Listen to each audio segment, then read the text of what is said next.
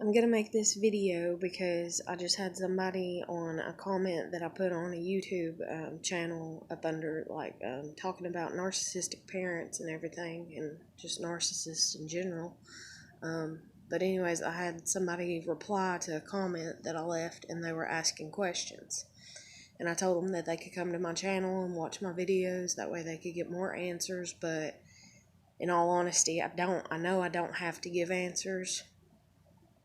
But I guess it's just like a certain part of me still kind of looking for. I'm just looking for good people. I mean, that's all you can do in life. And you hope that people are good, and you hope that they treat you good, and you hope that they're not hateful and mean and going to be degrading and hurtful. And so if they are, then they are. And oh my God, I'm such a wimp. I'm fixing to start crying because I don't want to get hurt. But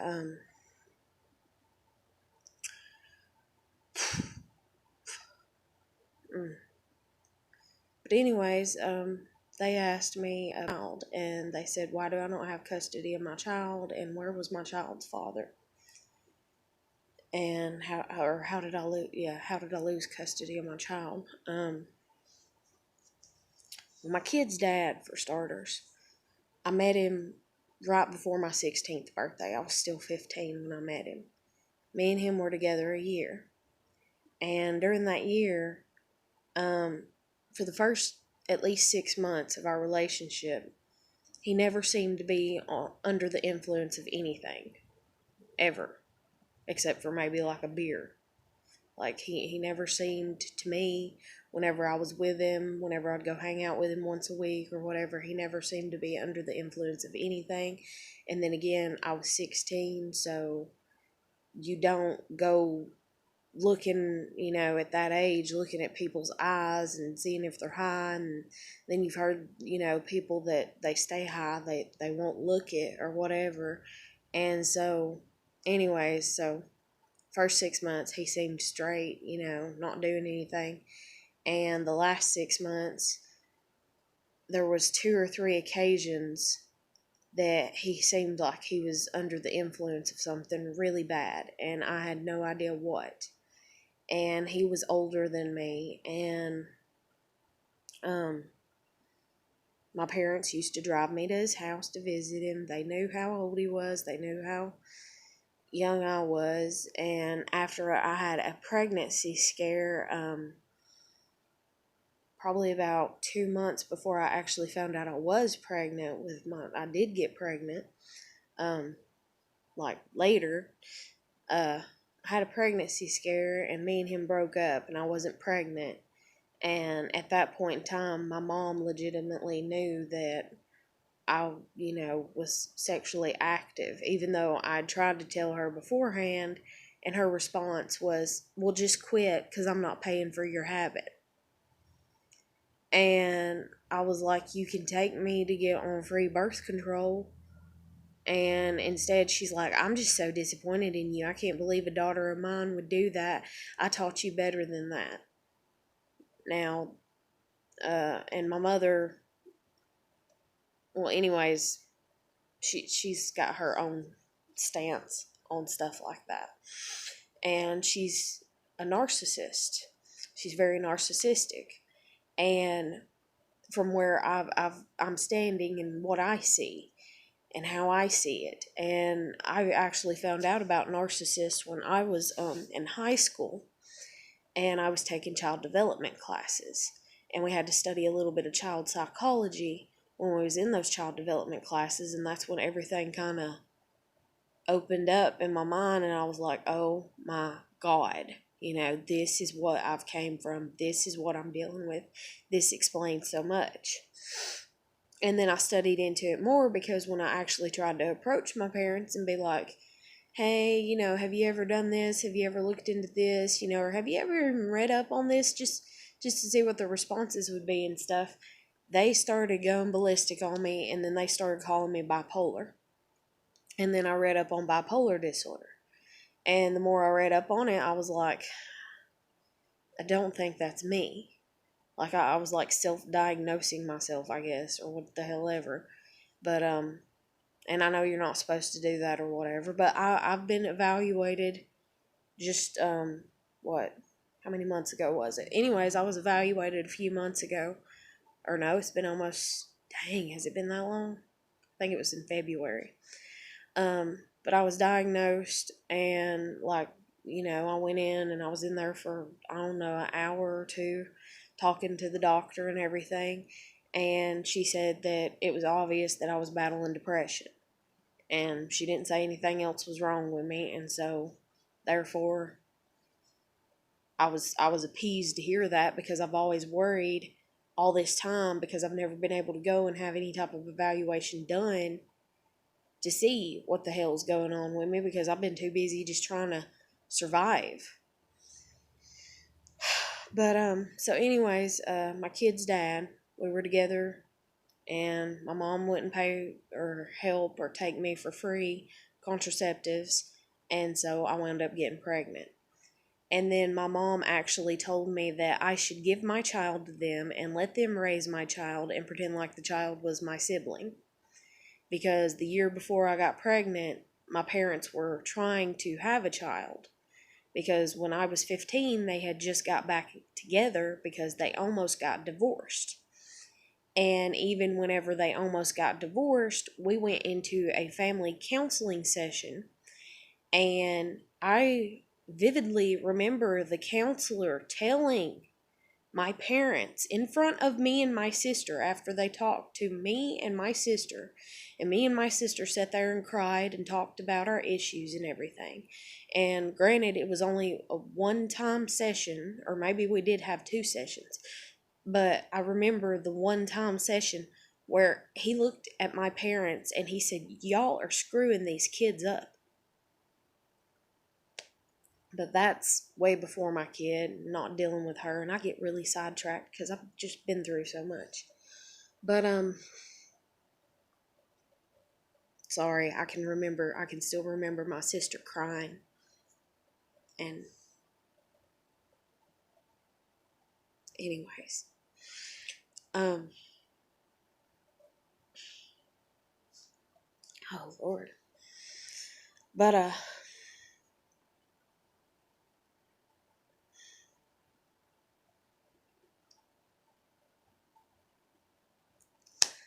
oh my God, I'm such a crybaby. But anyways, um so try to refocus back to my kid's dad. um So I got pregnant, and me and him broke up practically. And he wouldn't talk to me, he wouldn't respond, and all kinds of stuff. He just shut me out. And the next thing I know, he was locked up.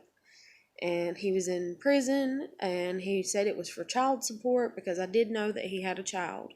I did know he had one child before me and him got together. When actually he had two, but I didn't know about the second one.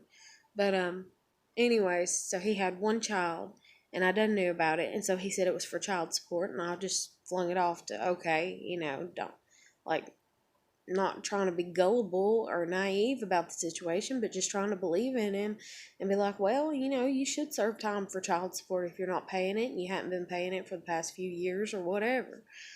But then I found out later on that there was some drug stuff tied into it and everything. And so he was in prison for 2 years, and me and him tried to make it work for a year after he got out, and that was it. Like, it didn't, or actually, it was almost 2 years. I take it back. It was about 2 years that we tried to make a run with it when he got out. And he just has never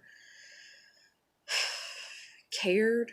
He has his own issues, and he's been on drugs ever since then, like really bad. And so, and he actually got clean for 10 months, which is the longest I've ever known him to be clean during all this time, our daughter growing up. Sometimes he'd get clean for a month or two, but then he'd slip right back, from what I'd hear from people. And he got clean, and he was clean for 10 months. And So I was able to have a somewhat normal conversation with him. And so he actually came and picked up our daughter and took her to spend the weekend with him, even though I was petrified. And because the he's done broken so much trust. And so anyways, I just prayed to God, that my child would be safe, and since my child was 11 at the time, and she had her own phone that she took with her and everything, I was like, she's smart enough to know what to do in emergency situations, and I've always taught her to be on guard because the shit that I've been through. And so I was like, she'll be safe. And I was even texting and calling, and I was even texting her dad's phone and being like, what's she doing? How's she doing? And he would hand her his phone, and, and she'd like chat with me, and she's like, I'm fine. And they sent me Snapchat photos, and they were goofing off and having a good time or whatever. So, and when she come back, she said she had a good time, that she felt a little uncomfortable, but other than that, she had a good time. And that's the only time that she's seen her dad in many, many years. And so he's just not been part of her life. He's been a very absent father. He has not paid. He's not even required up under my case, because I didn't go like full on child support, because when I went to the child support office and tried to file for it, which I didn't even want to, in all honesty, because me and him were still dating at the time, and this was when my child was almost 2. But uh my parents told me that I else needed to get child support or I was going to get kicked out. And so I went and filed for child support, even though me and him are dating, because he's not helping financially. And the woman there, I told her, like, I broke down and cried in the office because I was like, I don't want to go after him for child support. And I was like, but I have to do something, because if not, me and my daughter's going to end up homeless. And like, being homeless and going to a homeless shelter is like something that my parents have shamed from day one. So it's like, big no no, don't do it, and if you do, you're a piece of shit, and you have to be some strung out drug addict, and all this. And so I was like, there's no way in hell. And then with my daughter being so little, I was like, no, I have to, I have to stay, and I have to do what's best for me and her. And so, but I cried in the office, I remember, and the woman was like, well, in all honesty, with his 2 kids that he has before her, and this is how I found out about the second child, she's like, he can't really afford any more child support, and he can't even afford what he's supposed to afford, and he's having to go back and pay whatever he owes for these kids. And she's like, so how about we do this? And she's like, how about, this amount? And so it's like $200 a month. It's like $50 a week is what he's supposed to pay. And he's never even paid that on like a regular basis. Like, out of all this time, I may have at the most, I may have got anywhere from 3,000 maybe to, I don't know, because I used to keep count of it, and then it just stopped coming. And so like, I didn't even keep count of it anymore, but I think we at least got up to 3,000 from him over the time. But and it was so sporadic, and it was usually because he would get picked up and he would get put in jail, and then his girlfriends would bond him out, or his mother would bond him out, and that money would come to us. And so he's just never been part of my daughter's life for the most part. Even though I've tried to make sure she knows who he is, show her pictures, talk fondly about him, even though there's times that I did not talk too fondly about him, but I tried to. I tried to play on his good characteristics, and I even used to tease her in a good way, because his last name starts with a L, and I would call her my little, and the name, like, and it was just, my baby, like an affectionate name or whatever. But,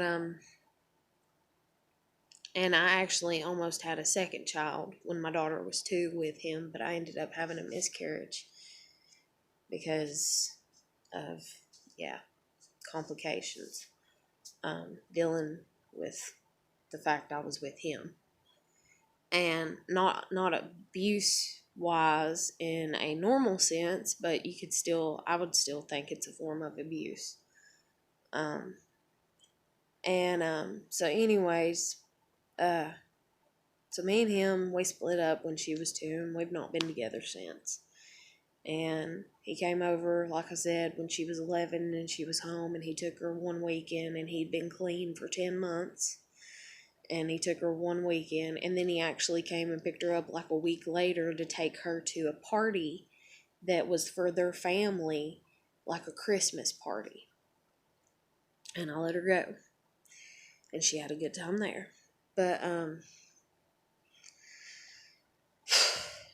anyways, what was the other question? It was, where's the dad? And then why did I lose custody over?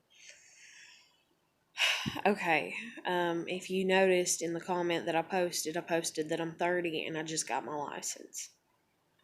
That is how long it has taken me to even slightly overcome the emotional damage that my life and my parents and my past, not just my parents, but my past, has done to me. It's my confidence is like really shitty at times, like horrible, and then other times like I try to push forward and act like I'm very confident even though I'm not. Even like doing these YouTube videos, I'm just doing them for the hell of it, and I've got used to it now, and it makes me feel better. And so I'm trying to find out who I am and find out what makes me feel good, and so on and so forth. And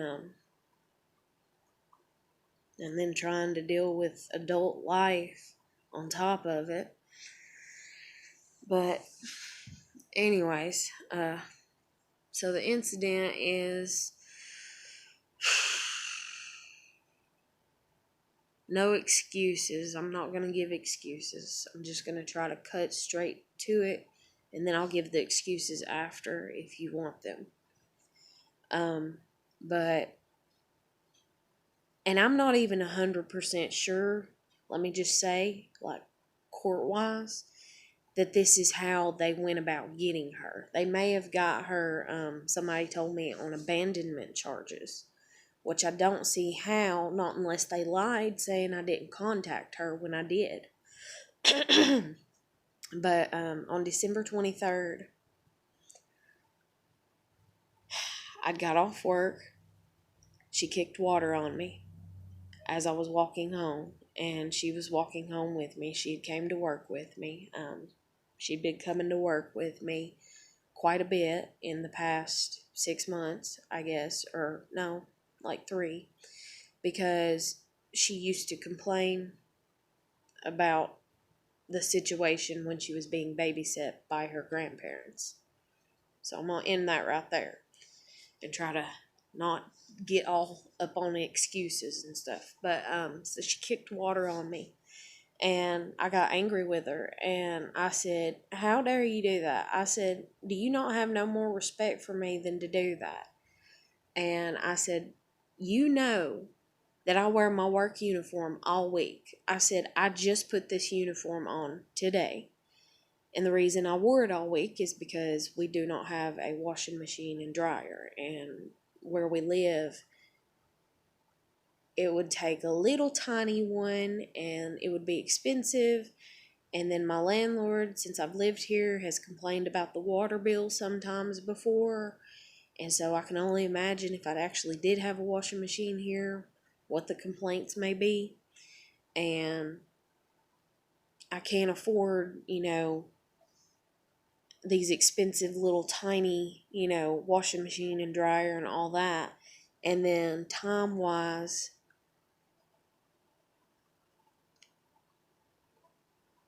Okay. Then time-wise, I can't wash it by hand, hang it out to dry, and all that and everything. Because the way that we live our lives, and we have pets. And that takes up about as much time as almost having kids. Anybody that has pets know that. But anyways, so she kicked water on me. I got mad and I said, "How dare you do that? And you know that I gotta wear this." And I was like, just walk on, like we were literally fixing to cross the street to be in our driveway. And I said, "Just go on and go on across the street." I said, "Because I can't deal with you right now." And I said, "I'm going back over here until I calm down." And so I went back to my workplace. Well, we have a big front porch where we live. And I was just like, just go on home and sit there, and wait on me and I'll be over or whatever. Well, she ended up sitting over here for 30 minutes, I think it was. And I remember, like I said, it was December 23rd, and I had not got her any gifts yet. And she knew I hadn't. And I was discussing getting a bed for her because she has not had a real bed. She's had like a jimmy rigged bed, I guess, or whatever, like out of an old futon frame and toddler mattresses and stuff like that. But for the majority, she would sleep in my bed.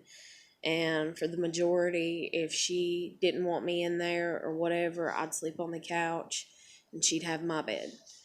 And so I was going to buy her a brand new, her own bed.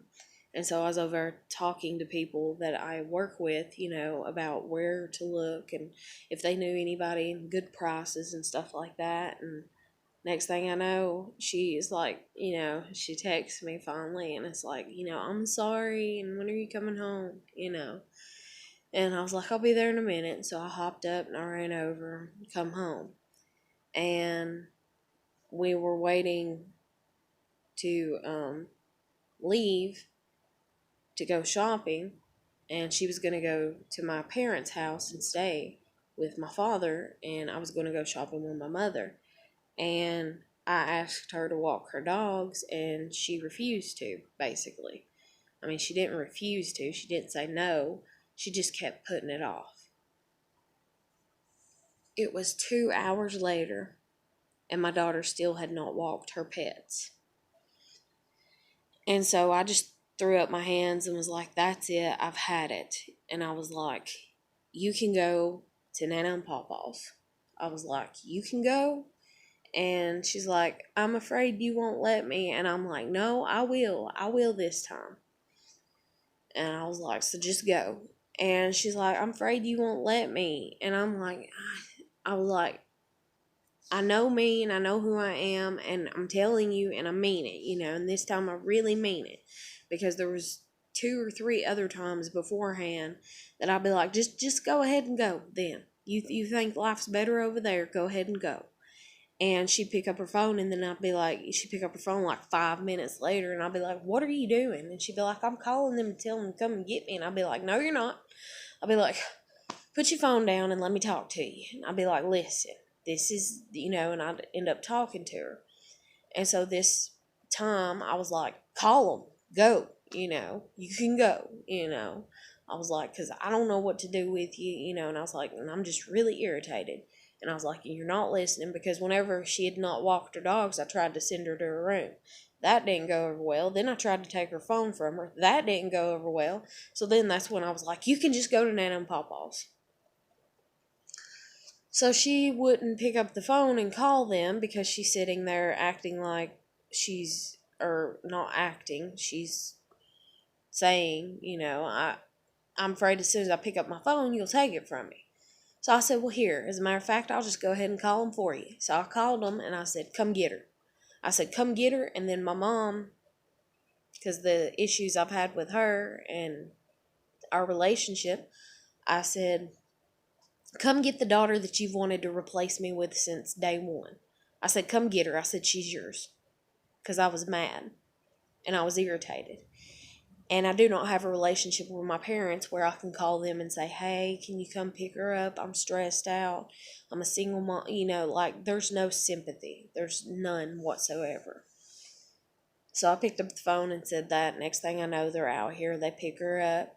And this was December 23rd. And that's not the whole incident, though. Like, the story is so much more complicated. In October, sometime in October, and I had said this to her probably, let's say, in the past year. I had said it to her maybe 5, 6 times in the full year. I really can't be certain, but I'm trying to be. But she's been dealing with a bully at school ever since we've moved to where we're living. And I had went and talked to the principal. I had told her to stand up for herself, whatever means necessary, you know. And nothing. This kid just kept, and my daughter kept coming home crying.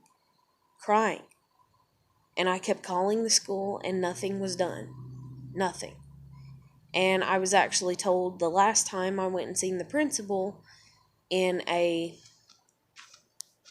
weird way, I guess you'd say, because she couldn't come out and forthright say it, but I was told that the child that's picking on mine, that's bullying mine, and it's not physical bullying, it's emotional. And this child that's doing this to my daughter has her own issues, I guess is the best way to put it. Almost like she has a counselor that she has to go to because she has her own problems. And so therefore, I guess my child's supposed to supposedly tolerate this child making her cry practically every day. So, like I said, it's been happening ever since we've lived here. And that's another thing too, is I lived with my parents the first 2 years of my child's life. Then I lived with my grandmother for the next 2 or 3. Then I lived with my husband. I got married and tried to make a run with a marriage that we didn't even date a full 6 months, I don't think, before we got married. Tried to make a run with the marriage and make it work out good. That was 2 years. Then 2 years back over at my grandmother's, and then now here. So this is the first independent place that me and my child have had. So since she was 9, basically. And so anyway, so she's here at this school and she's getting bullied and picked on. She's coming home crying all the time. I've done everything that I know to do. I don't know who else to go to, who else to turn to. I don't know who to call, who to get a hold of. My dad tells me to tell the principal, if the principal does not do something about it, that we're going to get the news people involved. I told her, boy, that didn't go over well. And just it's just crazy. And since I'm not driving, it's not like I could go anywhere to get anything done. And so my child's getting bullied and picked on. She's coming home crying. Well, that's stressing me out as her mother, because I love her and I care about her and I don't want her stressed out. And no parent would. So I'm sitting here, and that's another thing too, is I'd only had a job 6 months when I moved out.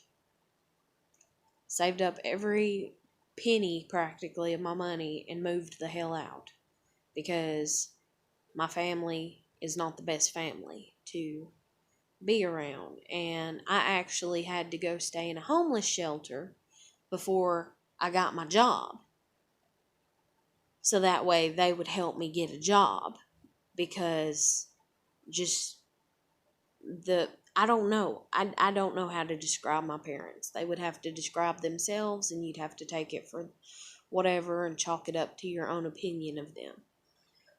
But like I said, the reason I was on the page I was on is because I believe my mother to be a narcissist, and my dad too, and just a whole bunch of other issues. But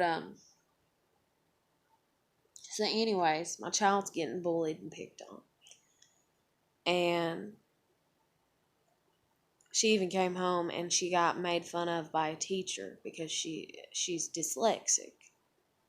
And she's not been like proven, like, I've not had her evaluated to see if she's dyslexic or not. And I've not even been evaluated myself to see if I'm dyslexic or not.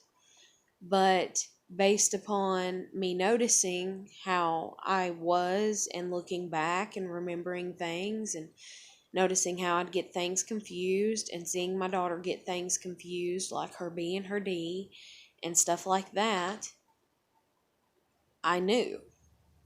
Because I've read up on dyslexia, because that was part of my child development also. My child development classes also. And, so anyways, I'm sitting here, I'm stressed out, all this is going on, and I had asked her, like I said, 5 or 6 times over the last year she was home, like pulling my hair out, like, like not literally, but literally being like this and being like, honey, I'm doing everything I can, how do you not get this? Sweetheart, and she's sitting and I'm standing, and I'm not standing over her. Usually I'm standing in the center of the living room and she's sitting on the couch, or she's in her bed and I'm standing by the door, and I'm like, and then I'd calm down with my hand gestures and I'd be like, I don't know what else to do. I'm trying my best, baby. And I was like, I don't know what else to do. You see how Nana and Papa are. You've been around Nana and Papa. You see this not so good side of them. So with this not so good side of them, and me trying to juggle that, and trying to juggle that they do have good in them though, so we don't want to cut them out completely, but we do need to back off and cut them out quite a bit, and let them kind of reflect on themselves, I'm like, baby, I'm doing everything I can. I'm at my limit. I don't know who to go to, who to ask for help. And that's just like my whole life. I've never known anybody that I could go to or ask for help and them actually put in the full effort of helping me. And that's just like when my dad beat me real bad one time when I was a child. And he used to beat me a lot. This one time, I actually stripped down in the bathroom in front of my best friend's mother, trying to show the severity. And all she said is she turned to my mother and she said, what are you going to do? And my mother said, I don't know. He just gets so mad with her. So,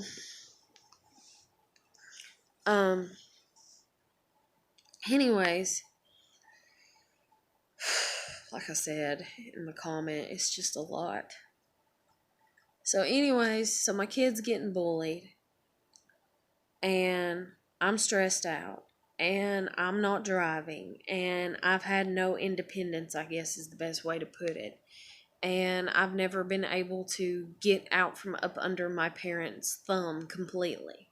And then here I was trying to, because I had even got on my Facebook and put up, I'm going to get a car this year. I'm going to get my license this year. I'm like trying to put positive affirmations over myself and, trying to will it to be, if you will, and everything. And I'm like, I'm going to do this and it's going to happen. And, it is what it is.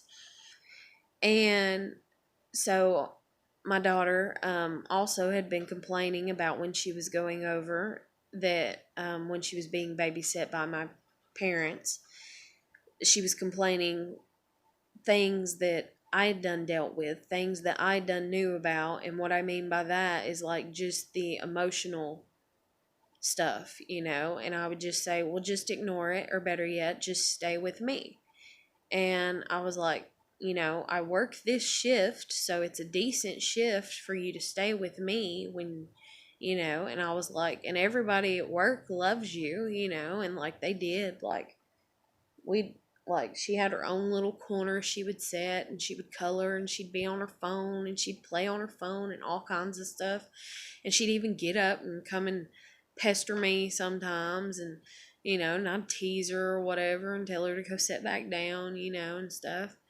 And even the people that I work with are like, you and your daughter have a great relationship, and it was even so great that I couldn't go to the bathroom without her following me most of the time. Even though she was very safe where she was, she would just follow me to show me stuff. She'd be like, look at what I did. Look at this. Look at that. She was just always one of those, she's mama's little girl.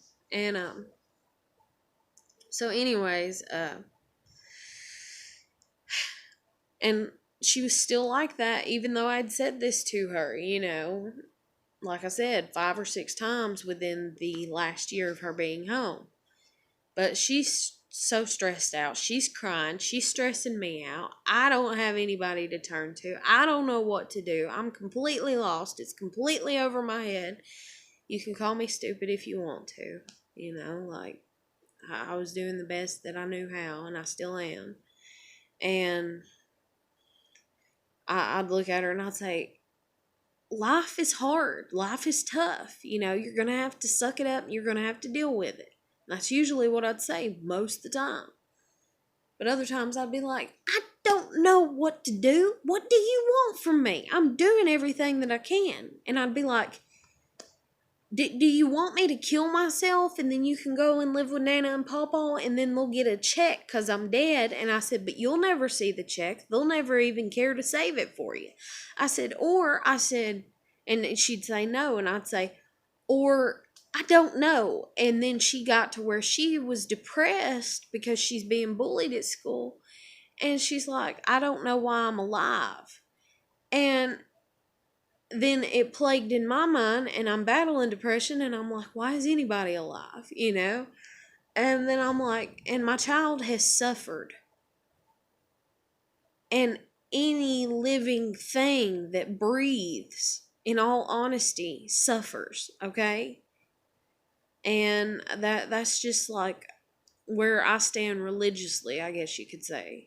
And that's the reason, what is it? People in New Orleans, whenever a baby's born, they weep. And whenever somebody dies, they're cheerful, And I was like, oh my God, I don't know what to do to take this pain from my child. And so I said to her a couple times over the last year of her being home, I said, do you just want me to kill myself? No, Mommy, I don't want you to kill. Okay, well, honey, I don't know what else to do. And I was like, do you want me to kill you and the pets and myself, and us all hopefully go to heaven? Or if we don't all go to heaven, I was like, you will, and so will the pets. I said, but I won't. I said, but I ain't worried about that. I said, because I love you so much. If you told me that that's what you wanted me to do, like taking sympathy and pity on my child, for her suffering. And she's already suffered so much. And she suffered a lot with her dad not being part of her life. And she suffered a lot with other people picking on her and bullying her. And then because of me not driving, even, she suffered a lot of picking and bullying, and I've suffered it too. But fuck what the hell I've went through, what my babies went through. And so I'm like, honey, I don't know what to do. And I'm like, that's all I can offer, you know, is I'm trying my best, and just breathe through it, and help me get through it, and be my strong little girl, and we got this, and we're right here. And I was like, and you've heard people talk about, like it's the hardest right before there's the breakthrough, and I'm like, so just hold on a little bit longer. And she couldn't, and I couldn't. And like I said, so I ended up calling my parents on December 23rd and told them to come and get her. But in October, I said this to her, one of the 5 or 6 times out of the year. But this night in particular, and I spank my daughter, but I do not spank her very often at all. And another thing too is one day before this I don't even know what month this was. Because I remember, like, I went to work and I told people about it, and they was like, you should have just spanked her if she's being that unruly. Because these other people have 2 and 3 kids. And so this might be another incident that I just kind of remembered. But I told her I was going to whoop her. And I don't know what month this was. I want to say this was way, way back, like August. But I don't think it was. But I remember the sun was shining in her room. Anyways, we had sunlight in her room or whatever. Like her light wasn't, or if it was on, it was more bright in her room or whatever. But I told her I was going to spank her, and she ran and she hid in the corner of her room, and she's never ever done that. And usually, because I taught her to take her spankings, she wouldn't run from me, and she'd be like, okay, and I'd tell her to bend over, and I'd whoop her, and I'd hit her with the belt like 5 times, and so this one time, she darted to her room and she hid in the corner. Well, she's never done that ever with me, ever. And so I picked up the belt because I said, I'm going to whoop you. And that's what made her dart. And I picked up the belt and I went, and she's standing in her corner in her room. And I was like, when you going to come out of the corner? I can wait on you to come out of the corner. And I just ended up talking to her, and I was like, I can wait on you to come out of the corner. And she's like, I'm not coming out of the corner. And I was like, I can wait. I said, I got an hour before I got to go into work. I said, and I'll wait up to the very last 5 minutes if I got to. I said, I can wait on you to come out of the corner. And that's what happened. Like, literally, I had 5 minutes to get ready for work and be like, come on. But I ended up talking to her the whole hour and be like, when are you coming out of the corner? And she's like, I'm not coming out of the corner, because you're going to whoop me. And I was like, yeah, because you deserve it. I said, there's something about me spanking you probably about every 6 months that it finally lines you back up, to where you're on the straight and narrow, and you're minding. And I was like, so I think you're overdue. I was like, so come on, And so she stayed in the corner for an hour, and I was talking to her like that. I was like, are you going to come out of the corner? And she's like, no, I'm not. And I was like, honey, if you don't come out of the corner, I was like, I'm still going to stand here until, I have to go to work. And I was like, so, yeah. I was like, so if you want to waste an hour like this, that's fine with me. And she's like, well, I'm not coming out because you're going to spank me. And I was like, okay, fine, don't, and everything. But, anyways, I think my neighbors are upset because it's past my curfew here and I'm recording this. But if I don't do something when I think of it, and I'm at 44 minutes. So, I ended up talking to her and I was like, I love you enough to discipline you when you are behaving badly. And I was like, and you have been behaving horribly here lately. But the incident in October, I said that to her about, do you want me to kill myself? She said, no. I said, do you want me to kill you and the pets and then myself? She said, no. I said, okay then. I sat down literally after saying that, and she started in with but. And I was like, honey, just let it go. I said, there's a movie on TV. I said, just watch the movie and try to focus on something in the movie. I said, just let it go. You know, that this bully's getting to you and it's stressing you out, and I'm stressed out and everybody's stressed out. I was like, just melt into the movie, if you will, and just let it go. And she's like, I'm trying to, but... And she started complaining again. And I had earlier, probably about 15 minutes earlier, said, do you want a spanking? Because I told her 2 days prior, before school, I was like, if you don't haul off and slap the piss out of this kid. I just told her flat out. I said, if you don't haul off and slap the piss out of this kid. I said, because I've heard it for 3 damn years. I said, when you come home, you're going to get a whooping. And so I let her have till Friday. I think it was a Friday, if I remember correctly. Or maybe it was, I don't know. But I let her have so many days. And I'd ask her when she get off the bus, I'd be like, did she say anything to you? Yes, no, yes, no. Because it was like every other day. And it was always like that for the whole 3 years. And I was like, did you slap her? And she's like, no. And I'm like, okay, you got another day. Okay, you got another day.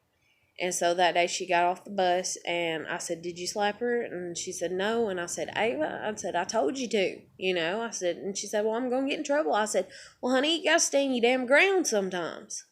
I said, I can't slap her for you, and I was like, and I've done everything that I know to do. And I was like, and maybe if you slap this bully, it'll make her stop, and maybe you'll be like, the good kid that helped and made people see, you got to stand up for yourself sometimes.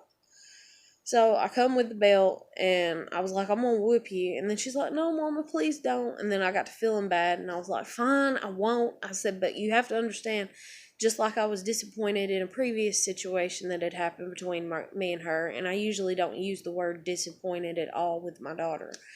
So she knew when I used that word that was very severe. And I said, well, you have to realize that I'm disappointed in you not minding me when I'm trying to give you the best advice that I know to give. So I'd had the belt in here and I'd set it down, but I did not spank her. So then she kept talking about the bully, and then I said, do you want me to kill myself? Do you want me to kill us? And she said no. And I sat down and she, but, and I was like, oh my God. And I was like, please just watch the movie and try to not think about it and try to not focus about it. I said, because me and her, just like I'm taking this long to talk, we're both very talkative. And I was like, just let it go. And she just kept on. And so I stood up and I grabbed the belt and I put it around my neck and I jerked it. And I said, is this what you want? As I was jerking it. And she looked at me and she smiled, and then she covered her face and she was trying to not smile. And then I took it off as she was saying, no, Mama. And I took it off. And I was like, okay then. I said, because you got me at my wit's end. I don't know what to do. Well, that was an incident that happened back in October. And in November, she went and stayed with my parents for a weekend. And now she stayed weekends with them beforehand, but this is the year that I was trying to keep her with me more.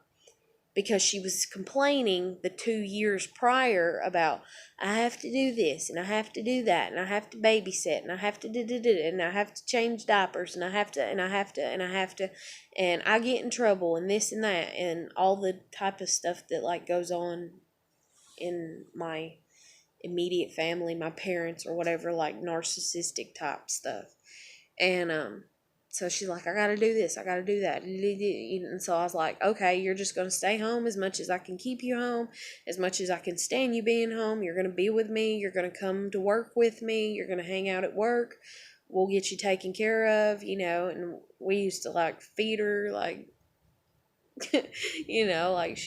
like I'd get her anything she wanted, to a degree, Now sometimes she would want like every sweet everything we had to eat there, and it's like, no, you can't have all that junk. And but anyways, so that incident happened in October, and in November she went and stayed with my parents. And she tried to manipulate the situation then and stay with them longer than I wanted her to. But then my mother and my daughter both told me, oh, she was just wanting to stay a full week over at their house instead of just the weekend. Whether that was the truth or not at the time, I have no idea. And so I put my foot down and was like, no, she's got school, I got work, we got a routine, she's got to be home, And my mother even tried to come and meet the bus and get my daughter in the car from the bus. And I stood out in the driveway and was like, what are you doing here? And she's like, oh, I came to pick up Ava. And I said, no, I said, Ava has a home. And she said, oh, well, she told me that she wants to spend the week with me. And I thought you heard her say that this morning, because I talked to her that morning, because literally I sent her over there Friday after school, and she was mad at me. This was in November. We were bickering. Now, the incident with the belt, me putting it around my neck, and the do you want me to kill us, was in October. About 2 weeks later, or 3 weeks later, in November, or it may have even been almost a month later, me and her were bickering, and I was like, just go to your Nana and Papa's for the weekend. Just go. I said, I've had it, just go. And she's like, can I stay forever? And I was like, yeah. And then I was like, no. And I was like, just go for the week. Just go. And I said, just call them and just pack you a bag and just go. So Friday, I didn't bother to call or anything. Saturday, I called, tried to contact my daughter. If I remember correctly, she just gave me a real short text message back. Sunday, I could not get a hold of nobody. I could not get a hold of my daughter. I could not get a hold of my mother. I could not get a hold of my father. I could not get a hold of nobody. And I actually panicked, and I actually called out of work that Monday. I was supposed to work. And I called out of work because I stayed up all night panicking, trying to figure out why nobody is responding to me about my child. And why my child is not responding. And trying to not be overly dramatic and not call the cops and them go down and then my parents be like, oh, everything's fine and stuff. Because that's the way that they would be. So, anyways, I ended up getting a hold of them Monday morning before school and told my mother to bring my daughter so I could talk to her. And I was like, what's going on? What's the deal? And stuff. And we ended up talking, and I was like, okay, well, let's just boil it down. I was like, are you getting off the bus at home or at Nana and Papa's? And she's like, I'm getting off the bus at home. I said, okay, fine. And so I went home and slept because I stayed up all night. So I missed a day of work, had to call out of work. That really ticked me off really bad. But not bad enough to be mad at my child. It ticked me off with my mother very bad. Very bad. But she does stuff all the time to upset me. And like I said, I'm standing out in the driveway waiting on my daughter to get off the bus, and my mother pulls up in the car, and I'm like, "What are you doing here?" And she's like, "Oh, I came to pick up Ava." I said, "No." And she said, "Well, Ava said she wants to come spend the week with me." I said, "No." I said, "She's my kid." I said, "I told her she could go for the weekend." And that's what she did. And I said, and then y'all didn't even have the decency to respond whenever I was trying to get a hold of her. I said, "So no." I said, "So no." And I actually had to, because Ava, what was it? Ava put her book bag in my mother's trunk because my mother sat there with her trunk open. And I reached in and I got the book bag out of the trunk and I put it on my shoulder and I pointed at Ava and I said, "Get in the house." So that was in November. And then in December, I sent her over there to spend the night and spend Christmas.